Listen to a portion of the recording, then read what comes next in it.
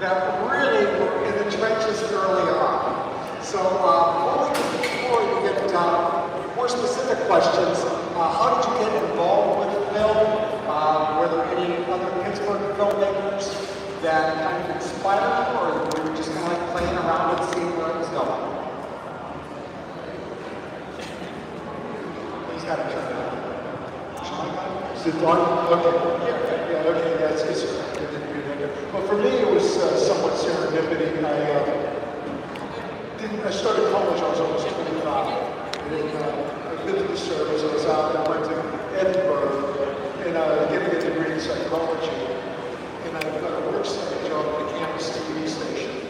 And the person that was running the film unit there was just high. He was only about 29 years old. I was only 24. So he hired me away from the campus TV station to do audio for him on the films for his school. He told me how he was going. And so I got interested in film that way. And in my last psychology class, we were supposed to do a paper, and I was too lazy to do the term paper, so I converted this, so I did a slideshow. And I used a slideshow and made that into a short film and applied to graduate school. So I really had no interest in, I like watching films, but I really had no interest in film until that time. And I went to Ohio University. I tell the story all the time. I got accepted there. One is because the director at that time was 70, so things were different. And he accepted me because I had a funny sounding last name. He took a Kathy Kodak, a Tommy Tucker, a Tommy Tuttle, and Tony Buba, because he said he wanted to see what the Buba looked like. And so then I started there, and at that time I was living in this world, we broke up, I was depressed, so I ended up coming home, and I hadn't been home in a long time, and I saw the town was dying and changing, so I started making documentaries after that for my graduate classes, and that's how I got started. Tom. I was a big monster movie fan since I was like 8 or 9 years old. I used to watch religiously, every Saturday night. And one Saturday, nobody was talking about these children movie they made in Pittsburgh. The show clips from George Romero, and I was there and they were talking about it. And the police talked about it some more. Wow. Pittsburgh, I went to see it a weekend ago, and it was like, not only was the thriller movie, it was a really good movie too. I started making monster movies, and I read Christian expanded to just movies in general, and that's just what I wanted to do. I had nothing else I wanted to do. And back then, big universities that had film courses, you get a degree, NYU in New York, or USC in California. So I applied that to New York University and got it there. My parents were happy about it, but I went and I graduated from there. And circumstances got me back to Pittsburgh, but I followed George Romero and his movies. I knew they shot Crazies one summer. Crazies opened in New York. It was during the spring break. And I figured, well, when I get back to New York, I'll go see Crazy, but they're closed by that point. Then they re-released it. And back in '76, and that was my senior year. And on the weekends, George would show up to the theater to Q&A. But I was working on a student film project on the weekends, on a couple of those weekends. So the last weekend, I got to see the movie, but George wasn't there. I thought I could introduce myself and say, hey, I'm going to Pittsburgh, and so I never got to see George in New York. When I came back to Pittsburgh, and I went to all the local production companies in town, I spent a lot of time going to Late Image, George's company. He's the guy who made movies in Pittsburgh. He's the guy who made movies in Pittsburgh, George Romero. And I would show up in the office, and who I kept seeing in the office was Mike Hornet.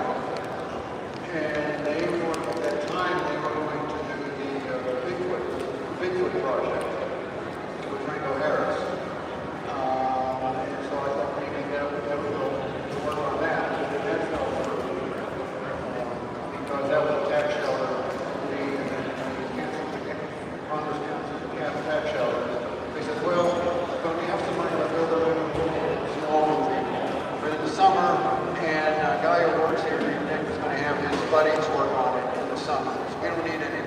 I kept showing up, no, we don't need it. Like, we're not shooting yet, but we're going to.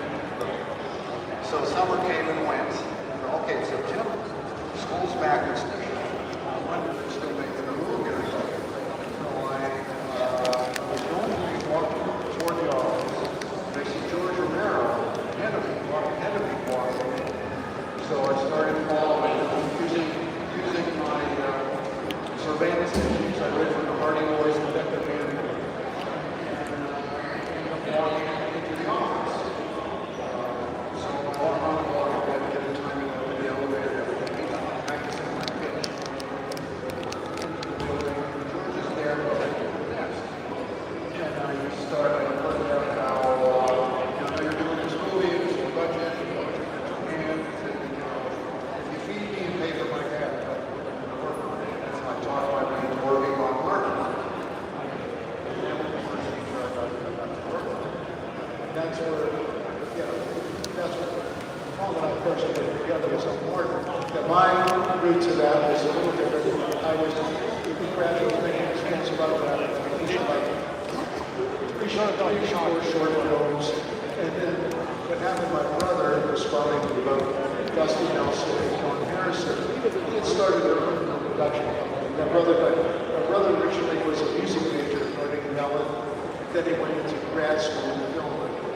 They had a program that was Carnegie Tech at WQED. We sort of worked here at WQED, and it was free labor for QED, and they gave you a day.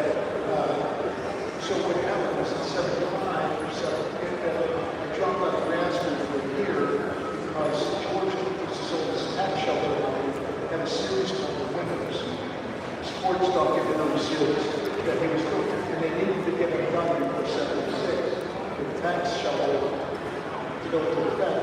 So I dropped out of school and became like an assistant editor, sound person, mostly assistant camera and assistant editor on the Winter series for that. And that's how I got to know George. And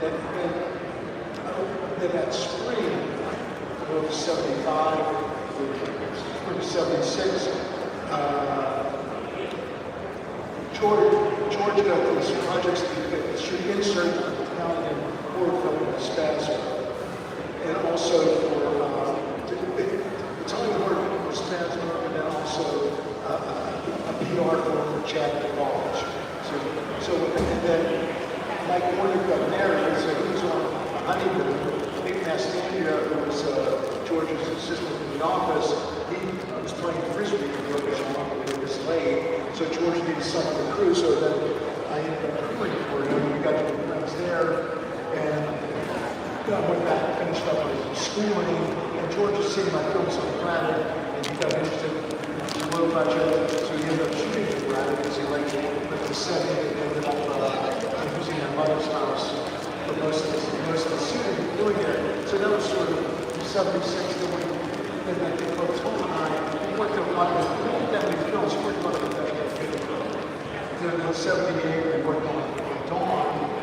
Then I went away for the Todd University of Southern Illinois. Then I came back, and it was really a vibrant underground scene in Pittsburgh. It was really a lot of energy. And Steve Hayes can actually talk about some of that. It's really like this energy of Super 8 punk filmmakers, this Taco Roscoe, Marty Strasser, and others, and Pittsburgh filmmakers doing experimental work.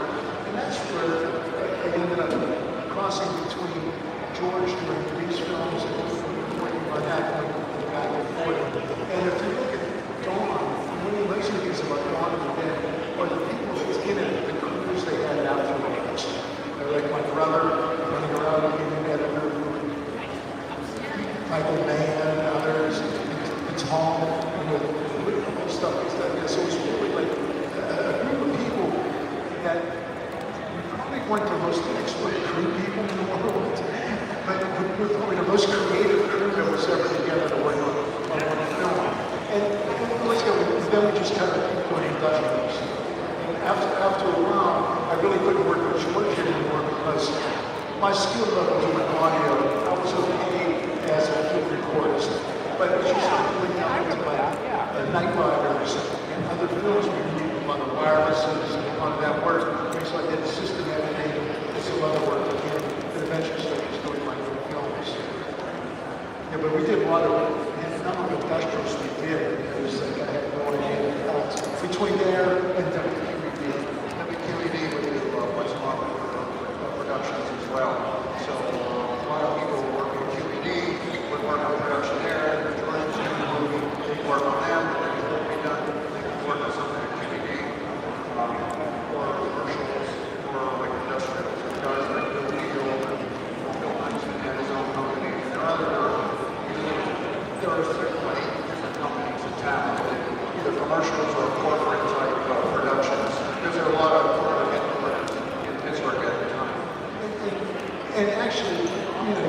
sometimes you think when I worked on a feature film seems glamorous, but unless I was working for George, which was fun, you really don't want to work on a feature because it's just so much work. It was much better doing an industrial than going out shooting a short film with a tall. I mean, that was really like what my mindset was. This is okay. And the industrial content that did audio, you didn't, like I didn't think about directing industrials because that would take too much thinking. I mean, I just did audio and I just concentrated on my own work, which I think is different today. You're looking at a lot of stuff that's out there, and there's a lot of derivative work that is. Well, back then, things were much more original. I remember, because I'm originally from Ohio, Pittsburgh films were being shown at Kent State in the film books. A lot of really saw Sweet Sal there, and it changed my life. The film was amazing. And I still visit it every now and then. Well, Kent State had that brilliant filmmaker Myers. You got Akron and the films he made, which was really an influence on me too, seeing all this experimental work. So I want to back up a little more. Did you guys ever do any work on Super 8 or went straight to 16 and 35? I personally have never shot them. I did 16. And 16, like, if you started with 16, it was almost impossible to go back and go to Super 8. Because you just couldn't, if you started with Super 8, you could work with Super 8, but it was just so tiny. Like 16 was so big compared to Super 8, I couldn't do it. Go back to that. And what happened for me, I was able to shoot a lot of 16 because right Air Force Base, they had, I worked at a lab at Ohio University, and we found out that Wright was getting rid of their film stock. And they had like 15 or 20,000 people like me. I bought for pennies and twenties. So that's how I ended up shooting all my films was on that stock.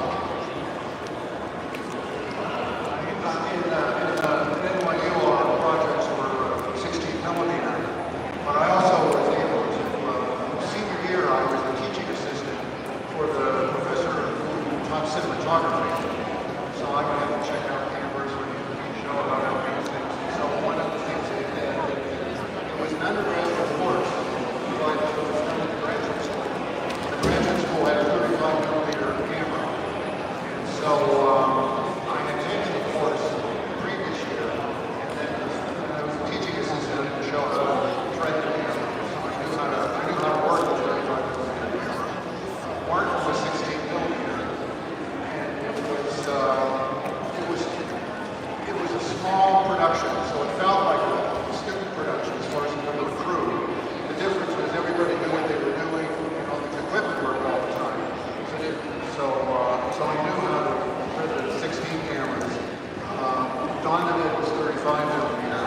He was a 35 DL. The first time I ever used it, so I got my camera in the handbook and figured out how to thread it and everything. When I first worked with George, it was George Romero with small films. It was not George because,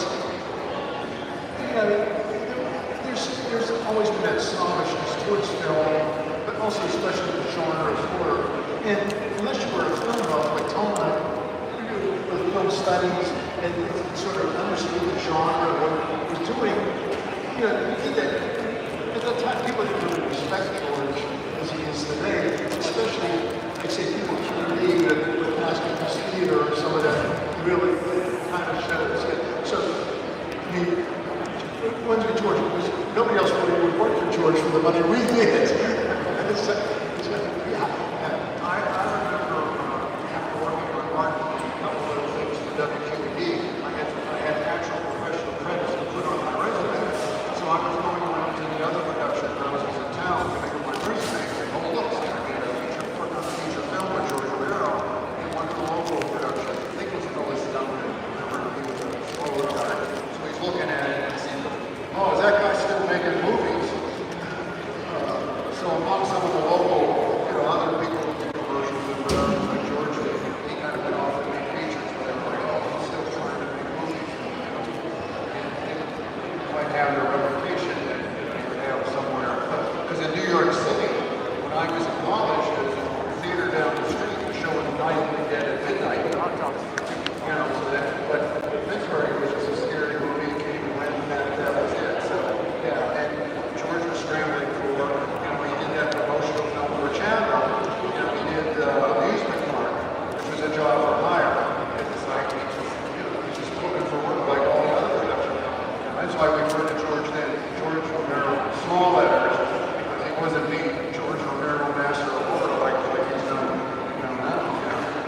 And when we worked on Martin, you know, he's hanging lights and cables just like the rest of them.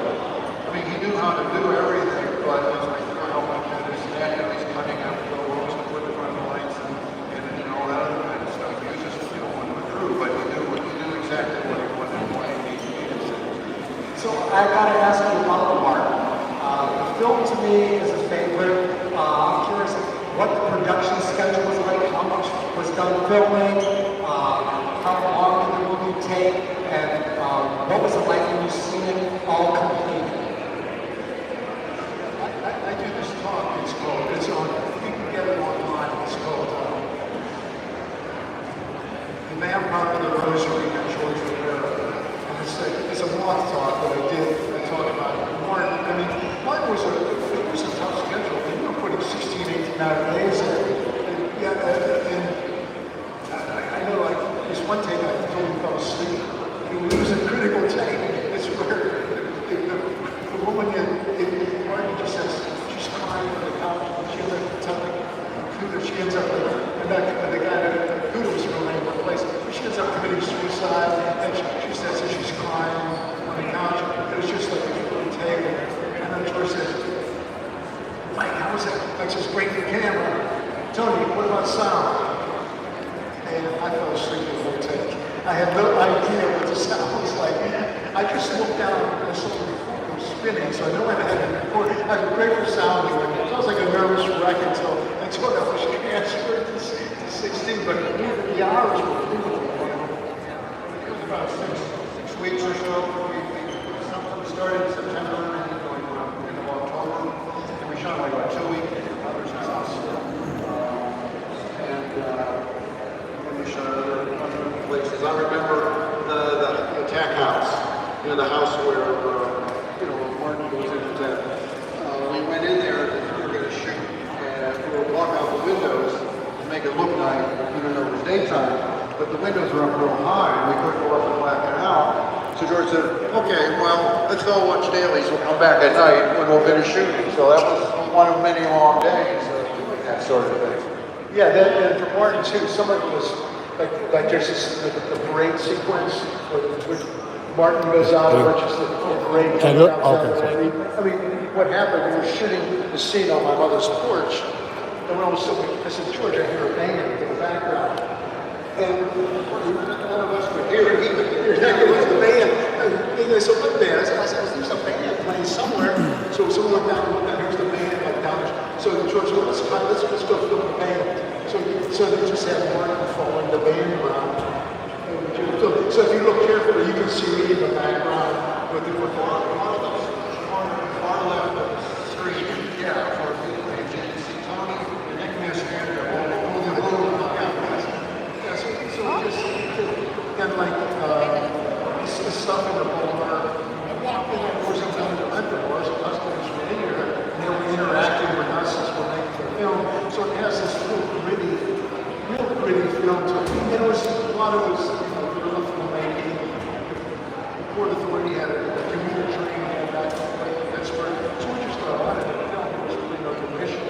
We just did it, and yeah.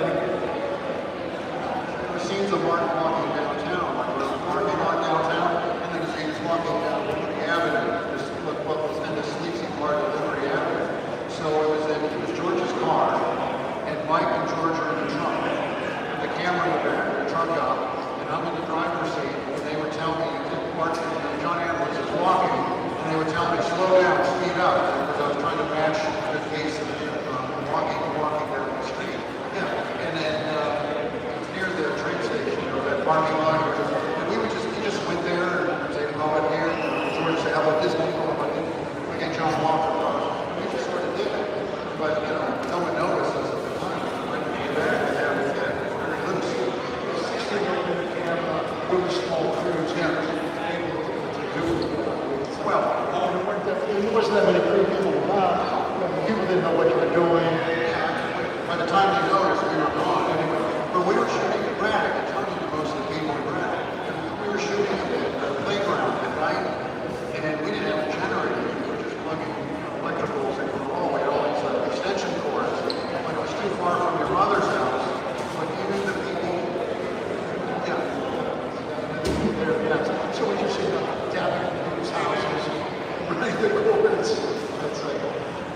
So it had to be pretty amazing to see what it all ended up like. Yeah, I remember the legendary 2-hour, 40-minute cut. What we saw, that was like the first ever we saw was down in the basement of the Lake Image. And I remember Thelma Schoonmaker was in one Scorsese's head. She was there because she was working in Pittsburgh on a series called Decades of Precision that her brother was also working on. And so she came to watch cut, which was, which is the one I think Pitt has now. It was everything we shot. It was the whole script, everything. Which now probably has a lot of footage that looks historical, especially from Brad Academy, going to Brad at that time. But yeah, it was, we did that and like, man, this is really movie. And it's like, and it was like,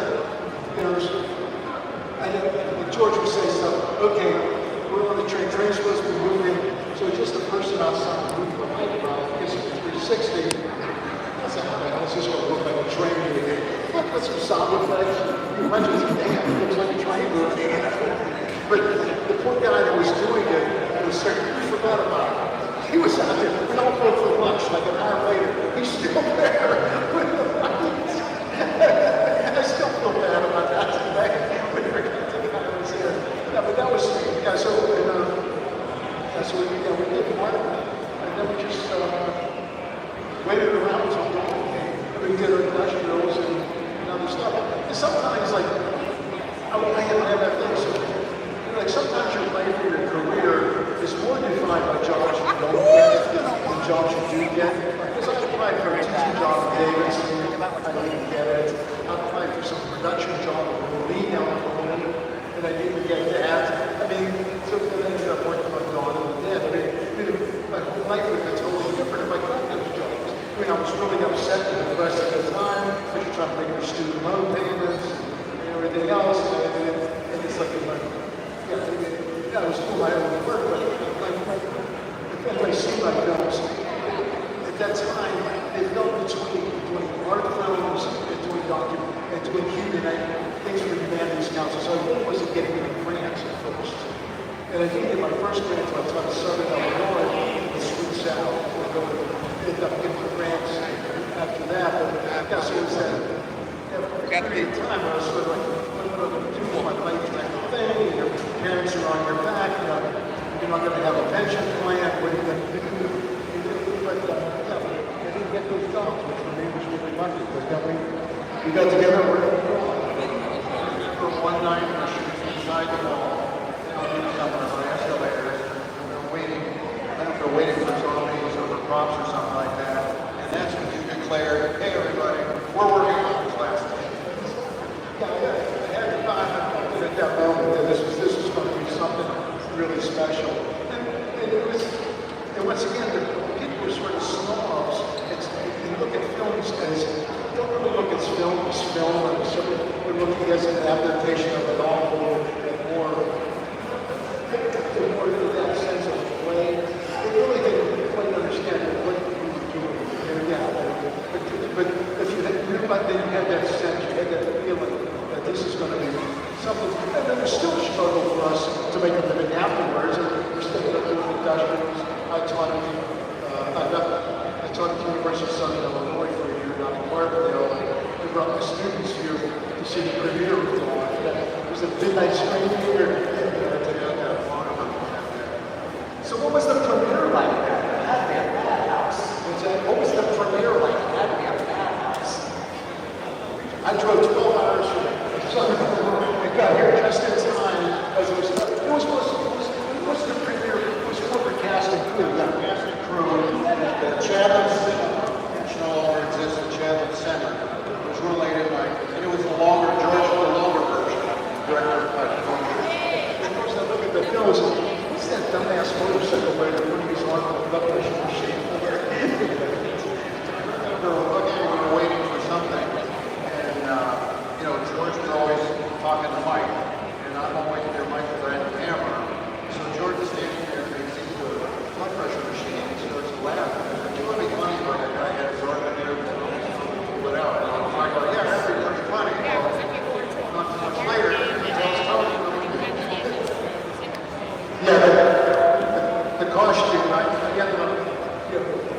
Josie Caruso, the costume, I like that. I did that quite. I broke out my little Air Force outfit and went through my dad's World War II stuff, the patches on, and actually there's a store in Radix with a sombrero, which I don't know why.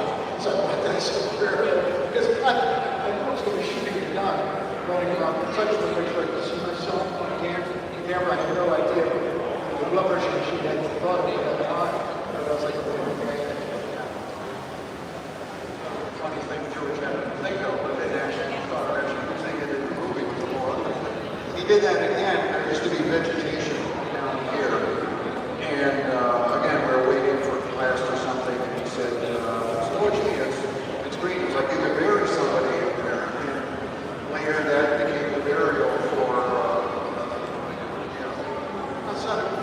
Don't mind being like a great film, but also came out of it were a group of people that end up working together years after, and several with George. Like Tom and I have been working together now.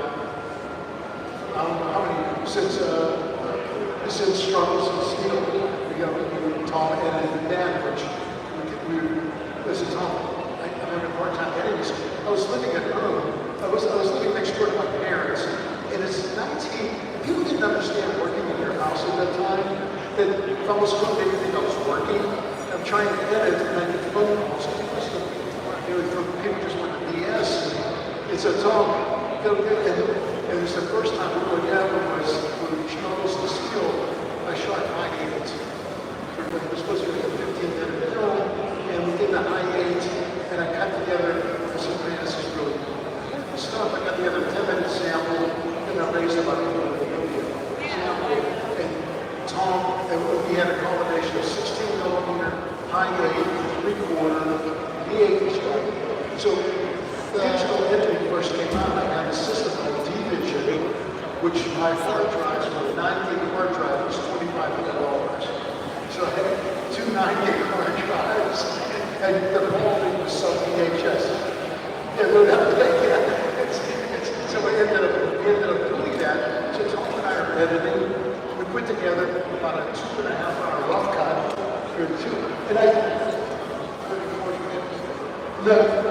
well, then I think it's in Ohio. When we sent to Sundance. Because we did like this. I said, let me send this to Sundance. Just because I was here earlier with my Ohio. So I sent it on to Sundance. Actually, we got accepted. So all of a sudden we're in a panic. We're going to cut this down to 86 minutes. the internet still some people, yeah. Yeah, I still have the interview. He said you're accepted, but one point done Yeah, so the other thing about Sundance that year, I was there with Struggles and Steel. Ray Henderson, my partner in the film, was there. My brother was there with Al Pacino in a film Looking for Richard. So we had like myself, Ray, and my brother, 3 people from Braddock at Sundance together. And I still say it's the largest group of people per capita that ever. It was at the Sundance Film Festival. You want to grab some questions from the audience? You guys got some questions? Let me hand you my microphone, if you don't mind. Ed, I want to bring my mic out here. This way we can get your questions.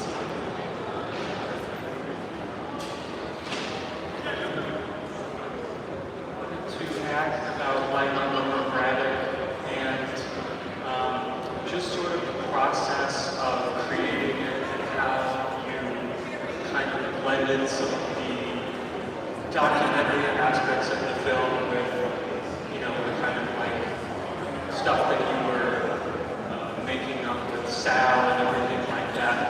Was there a process while you were creating it, or is it something that you kind of put together more in the editing stage? How did that work for that film?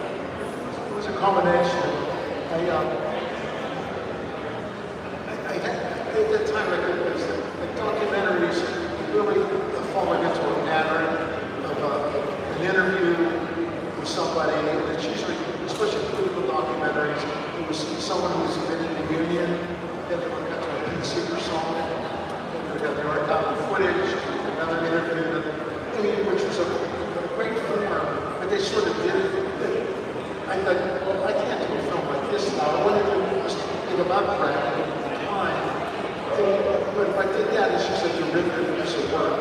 And so how do I do something different? So I wanted to comment, so I'd say, and I also wanted to have the audience involved. My first thoughts was, I wanted the audience to be mad at me as a filmmaker for not telling them, not concentrating on the story of those Beatles plays. I wanted the audience to question the filmmaker, question what the election was real or not real. And in that process, I had these fiction things, scenes thought in my head of Gandhi, the Salvi and Rambo, the other ones being shot down. Then it was, anytime there was a demonstration, I'd go to it and film it and bring sound with me. So for 4 years while I was making it, I'd be on these different talk shows in Pittsburgh, but I wouldn't care what the question was. I'd answer the question, so then I could have my VHS play it to Sal look at it and get pissed off at me, and record him doing the interaction. So this is sort of what I was playing with the whole time. And yeah, I just kept pushing it, and then Sal really pissed at me and quit. And that's when I had the interviews with George and my brother saying what to do. And yeah, I ended up doing it that way. But what I wanted to do, like I said, I wanted to the audience question, what do I do with it? Instead of just doing it and being entertained by it, or just informational, questionable process. That was my intent with that. I thought the process was absolutely fascinating. Can I ask what happened to Sal? But can I ask what happened to Sal? Sal was diabetic, and he never really took care of himself. He did too many drugs. And so was it, like Tom and I, we were looking at footage we would end up posting of Sal, of my grandmother and Sal together in the living room. And my grandmother always told me, you were worthless from the time you were a young boy. It's Sal, it was like a immigrant, he was an awful wannabe, and he had a book to join this kind of stuff. But he ended up being, his life was strange. What he wanted to do was donate his money to Pitt to study for diabetes. But he ended up dying in an apartment of diabetic shock. By the time they found him, it was too late to donate his body. And it's like, yeah, so he ended up doing that. Did this fight because he thought I was spending too much time on speaking ballerina.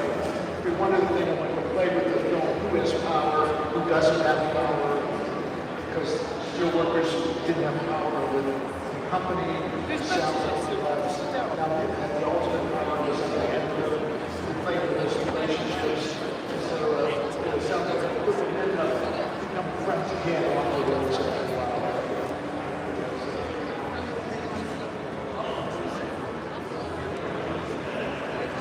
Any other questions? You all good?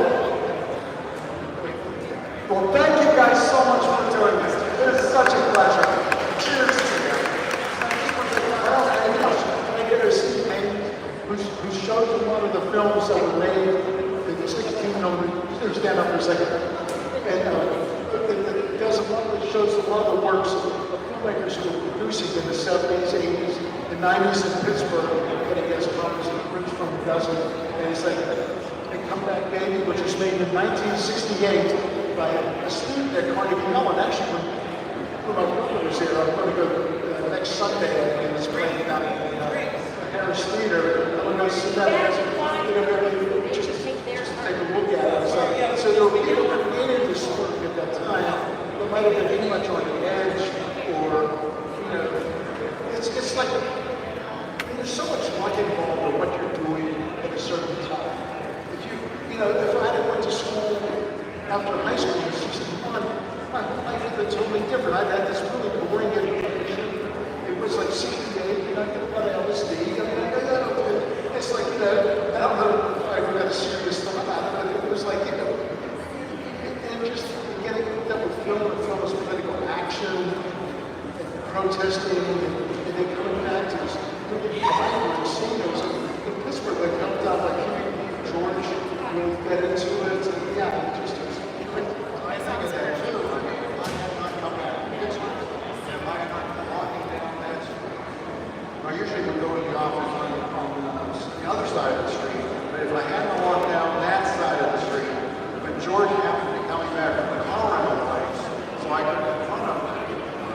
And I didn't realize 2 years later, it's like, gee, that one incident, you know, led to, you know, all this other stuff. I wouldn't be here, you know. I mean, that was like, And Tom and I just finished, you know, it's like, so essentially what Tom Buba was, I mean, and John Rice, you know, we work with all the time too. Like we finished this film for the University of Pittsburgh called Ghost of Amistad, which we were in Sierra Leone in 2014, going in the backwoods, interviewing people with memories of the slave trade and the Amistad Rebellion. And now Marcus Render again on the new film that's called Becoming Benjamin Blake. And the new film, Tom's editing it, John's shooting it. We were in London last year and filmed the play, and it's about Benjamin Blake was a dwarf. He was an abolitionist, Quaker abolitionist, 1743. He was also a vegetarian and an animal rights person. He lived in a cave, made his own clothes because he would exploit would-be children because of plantation and slave owners. And so he was this really radical, also a performance club in the Quaker Church, and splattering blood on people because he protest slavery. He got kicked out of the Quaker Church. So they did this play, so the whole like this actor, Mark Romanelli, and Benjamin Blake was a little person. So yes, we're working on this, we should have it down sometime in 2025. And Tom and I working on this film and told me it's really a tough one, it's on my mother, but she's such a nice person. She never beat me, never abused me, never drank, never had an affair. So she basically ruined my artistic life. So I have no pain. I'm trying to do a film about her. It worked out so great. Thank you guys for coming out and sharing it all.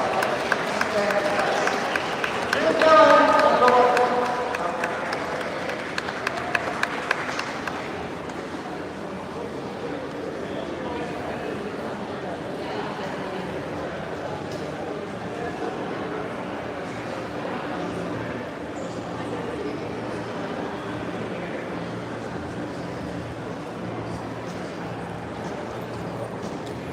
Hey guys, that was Tony Buba, the guy on the right. It's a sound editor for Dawn of the Dead, and Martin, and was the famous blood pressure guy who got attacked by the zombies while he's wearing his sombrero and carrying a female mannequin. I talked to him a little while ago in one of the little side rooms, and just a really cool, down-to-earth guy, very talented. His little documentaries he's made are really cool. You can see pieces of them on YouTube if you can't find the discs anywhere. Tom Dubensky, I didn't know much about. I know he worked on some Romero projects, but I didn't know he was also a filmmaker and had gone to filmmaking school in New York and stuff. Well, that's cool. So I'm probably going to get a copyright claim for this music. So I'm going to go take a break for a bit, go to the bathroom, and look for some more stuff. I didn't stream that much earlier today because I was all over the mall and a lot of dead spots. So I have plenty of stuff to upload later. So stay tuned and thanks for watching. See you guys.